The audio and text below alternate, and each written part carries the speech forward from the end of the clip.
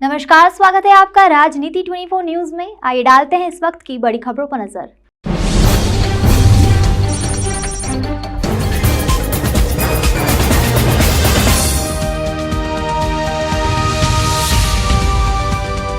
शिप्रा नदी के किनारे स्थित सिद्धवट पर श्राद्ध पक्ष में हजारों की संख्या में तर्पण करने के लिए लोग पहुंचते हैं। बताया जाता है कि राजा रामचंद्र ने भी अपने पिता का पिंडदान सिद्धवट पर ही किया था।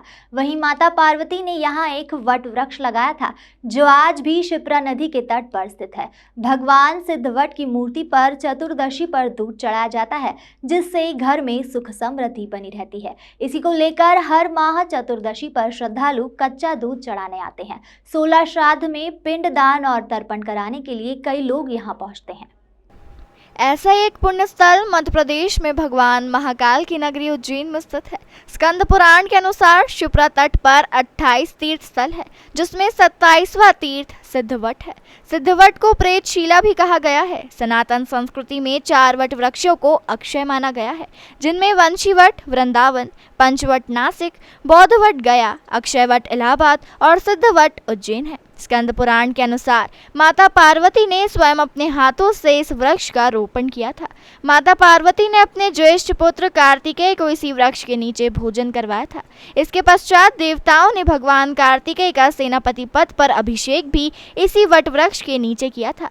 भगवान कार्तिकेय ने देव दानव युद्ध में दानवराज ताड़कासुर का वध किया था। युद्ध में कार्तिकेय ने जो शक्ति भेद चलाया था वह शिप्रा जी में लीन हुआ था, इसलिए इसको शक्ति भेद तीर्थ भी कहा जाता है। एक अन्य आख्यान के अनुसार कार्तिकेय ने जो शक्ति ताड़कासुर पर चलाई थी वह पृथ्वी को भेद कर पाताल में चली गई थी, इसलिए इसको शक्ति भेद तीर्थ कहा जाता है। यह भी कहा जाता है कि यहीं पर अवंतिका के महान सम्राट विक्रमादित्य ने घोर तपस्या कर बेताल सिद्धि प्राप्त की थी।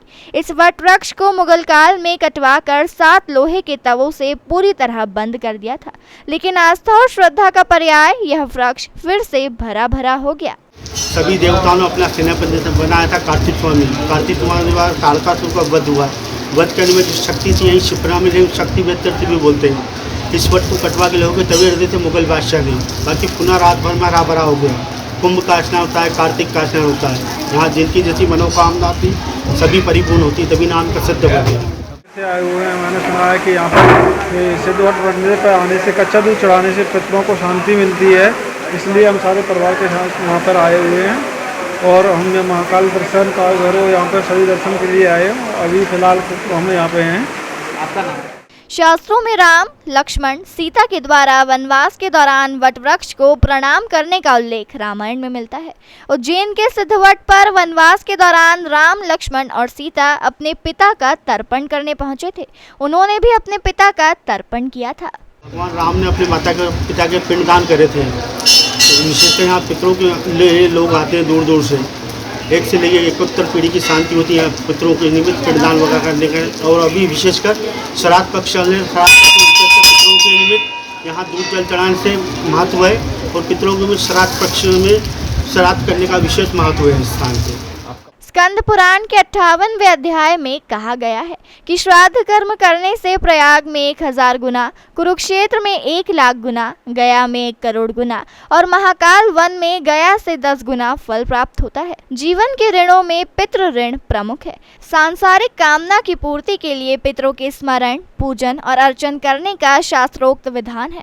पुराणों में कहा गया है कि गया तीर्थ में श्राद्ध पिंडदान करने से 100 पीढ़ियों का उद्धार हो जाता है, जिससे आयु, आरोग्य, पापों का नाश और मोक्ष की प्राप्ति होती है। सिद्धवट में ब्रह्मा, विष्णु और महेश की मूर्तियां विराजमान हैं। वट वृक्ष का पूजन तीनों देवताओं के रूप में किया जाता है। जैसे इलाहाबाद में अक्षय वट है, वृंदावन में बंसी वट है, गया जी का बौद्ध वट है, उसी के समान उज्जैन अवंतिका में सिद्ध वट है। ये चारों वट अक्षय है। यहाँ तीनों प्रकार की मनोकामना पूर्ण होती है। धन कामना, पितृ कामना और पुत्र कामना। विशेषकर यहाँ पितरों के मोक्ष के लिए आते हैं। इस स्थान पे प्रेष्य लगी हुई है। यहाँ दूध जल चढ़ाने से पितरों की शांति, घर में सुख शांति होती है और पितरों के लिए सारी पूजा होती है। काल सब दोष, पितृ दोष, नारायण बलि, मंगल की शांति, ग्रह की पूजा, पितरों के मोक्ष के लिए उचित स्थान है। और दूसरी कोई मनोकामना तो उसके भीतर रक्षा सूत्र बांधते हैं, धंधे रोजगार, घर में सुख शांति संपन्न हो रहा। और तीसरा हम वंशवृद्धि के लिए लोग आते हैं। कोई जो लड़के लड़की नहीं होते, यहाँ के उल्टा प्रतीक बनाते हैं, यहाँ से फल देते हैं दोनों पति पत्नी खाने का। सिद्धवट पर संपत्ति यानी धनकार, संतति यानी संतान कार्य और सद्गति यानी पितृ कार्य धार्मिक परंपरा के अनुसार संपन्न कराए जाते हैं। संपत्ति कार्य के लिए वट वृक्ष में धागा बांधा जाता है। संतान प्राप्ति के लिए उल्टा स्वास्तिक बनाया जाता है। पितृ कार्य के लिए वट वृक्ष की जड़ों में कच्चा दूध अर्पित किया जाता है। साथ ही घड़ों में दूध भरकर वट वृक्ष का अभिषेक किया जाता है, जिससे ये तीनों कार्य सिद्ध होते हैं। इसलिए इस वृक्ष को सिद्धवट कहा जाता है। काल सर्प दोष के निवारण सिद्धवट पर विराजित शिवलिंग पर दूध अर्पित कर किया जाता है। सिर्फ नासिक और सिद्धवट घाट पर ही काल सर्प दोष शांति, नाग बलि और नारायण बलि कर्म करने का प्रावधान है।